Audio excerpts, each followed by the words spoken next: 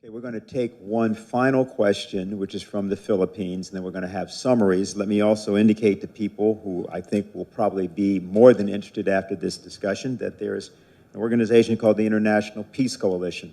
The person who convenes that each week is Anastasia Battle, who's here to my left, and I'm going to have her say something about that at the very conclusion. I think there's 1,700 people still with us. All of you are invited, if you are people of goodwill, which we presume many of you to be, to seek us out and become part of that action. So we'll go to the final question, which I mentioned is from Philippines, and it is from Maria Catherine Suba from Radio Mindanao Network, Minando Network. Yes, good afternoon, everyone. It's already 2:57 a.m. here in the Philippines. I am Maria Catherine Suba, a freelance broadcaster. I am a co-host of late Witch Valdez with Itas Valdez in Radio Mindanao Network, BZXL, ang ating Katipunan show. My question goes to Mr. Scott Ritter. As a former UN weapons inspector and U.S. Marine intelligence officer, and actually to anyone else who wants to answer, a proxy war is being orchestrated in this part of the world, our country, the Philippines. Our country is actually being used by the US in its intent of war against China.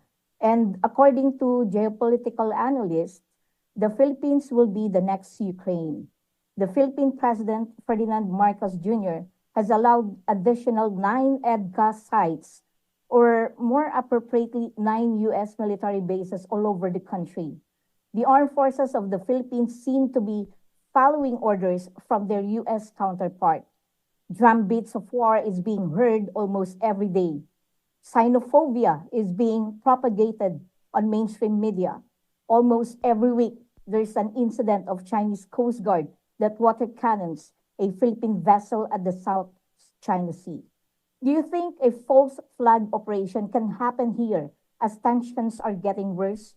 What do you propose for this to stop? Thank you. Okay. Well, thank you very much for the question.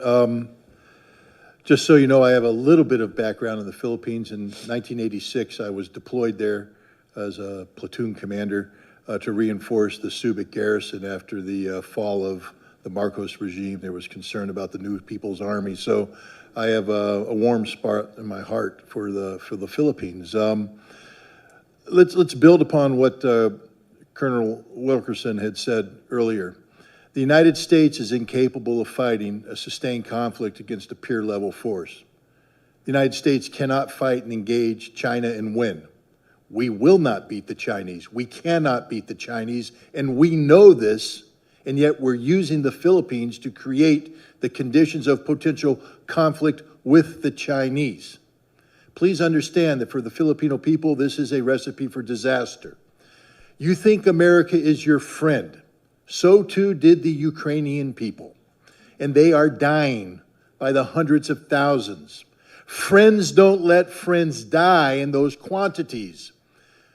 The Ukrainians have been displaced by the tens of millions. Friends don't let friends have their cities destroyed in this manner. Friends don't let friends have families separated, have mothers and children destined to a life of refugee status in perpetual poverty. That's not how friends behave. America has never been the friend of the Ukrainians, and we are not the friends of the Filipinos. We don't like you. If we did like you, we wouldn't be doing this to you. We are using you. You are a tool. Nothing but a tool, and when the tool ceases to be useful, we will discard you. And discard you means usually after a war that devastates you. We are using you to gain some sort of momentary leverage over the Chinese. We will fail. The Chinese will win, and you will be destroyed. End of story. It's high time the Filipino people pressure their government to start sitting down and engaging the Chinese government responsibly. China is not your enemy. China is your neighbor. China is your friend. China doesn't want war. And if you would engage China in diplomacy And as we've all indicated here, America has long since lost the skill set necessary to carry out diplomacy, but the Philippine people can reignite this, to relearn it, to use this skill to prevent a war. But if you continue to behave as colonial subjects, and I know that's a sore subject in the Philippines, because you were the colonial subjects of America. We still view you as our colonial subjects. We don't like you, we don't care about you, we just want to use you. Grow up. Grow up and act responsibly. Take control of your own future. America is not here to help you. America is here only to use you until there's nothing left, and then we will discard you on the trash heap of history. I must tell you, I spent a lot of time in the Philippines and came in off the carrier Iwo Jima, the Valley Forge, the Guadalcanal, and both, Scott would agree with me. Americans have a tremendous love for the Filipino people. I would say two of my very, very closest friends are from the Philippines. And we really wish very much that you were not in this posture. But I think it's very important for the Philippines to be clear-eyed in what's going on and not to be led down the path by bellicose military people from the United States.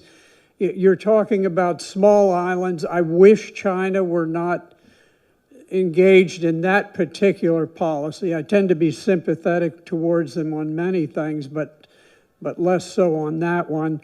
But at the same time, I think you've got to make sort of a cold, clear-eyed assessment and say, look, it's not worth a war with a great power for the Philippines to engage in combat over those small islands. But I do agree that it is time to use diplomacy and to attempt to resolve the issue. Whatever you do, do not simply become a tool of the United States and be led into an armed conflict that ends up in disaster for the Filipino people. Because if you do, you will break the heart of a whole lot of us who just dearly love the Philippines and the people of the islands. Okay, so we're at the point of summary remarks. I want to start with Larry Wilkerson. And of course, if there's anything you wish to address that hasn't been addressed already, please feel free to do so. And we'll then proceed. Go ahead. I'll just add to what was just said. I thought when Teddy Allen brought Ferdinand Marcos and Imelda Marcos to Pearl, and we escorted them up to Camp Smith, that the Philippines had finally awakened and thrown us out, and that we would never be back. And then I saw Donald Rumsfeld take advantage of 9/11 and start infiltrating special forces back into the Philippines, and I knew the game was back on again. So I agree with what both Scott and Colonel Black said. There's a lot of affection on my part for the Philippines too, but you should grow up and not need the United States and not put the United States and China at loggerheads over your dead body, because that's what it will be about. The topic here today was nuclear weapons, and I'll just say this again. The most likely state owning nuclear weapons today to use those nuclear weapons again is the United States. And we have put ourselves in that position and in that posture by our incompetence at the other skill sets, most prominently diplomacy, necessary for the relations of nations. We are not a very competent, in any vein of diplomacy, entity anymore. There's an old principle of the relations of nations called conservation of enemies. Simply stated, it says that a prudent state never has any more enemies at any one time than it can handle. We have 3.6 billion and growing every day, probably by 100 million a week, people who hate our guts, who detest us, who are fed up with us, who think the rules-based order is our rules and orders to them. That's not going to last. It's not going to preserve us. It's not going to preserve our empire in any way, fashion, or form. So if we don't change very quickly, we're going down. And what I would advise people like the Philippines and Australia and other of our good allies over this last 50, 60, 70 years is to check your six really closely and see what you can do to make accommodations with the other powers in the world, most prominently Russia and China, but India is big time in there too. India will be a replacement for China if she just keeps her act together for the next 20 years. And then we'll have those two countries at loggerheads. But you're looking at a dying empire. You're looking at a dying empire. And if we don't do something about it, we're going to have a really bad death rather than a death, say, like Britain had, where she is still around. Stupidly led by Rishi Sunak, but soon to be gotten rid of, probably. So it's a different world. It's a totally different world. It's no longer unipolar, it's multipolar. And it's going to act that way. It's going to have a new financial system, a new monetary exchange system, a new banking system. Everything's going to be new. And we're going to be on the outside unless we learn to accommodate. And you learn to accommodate with that deft instrument of national power called diplomacy.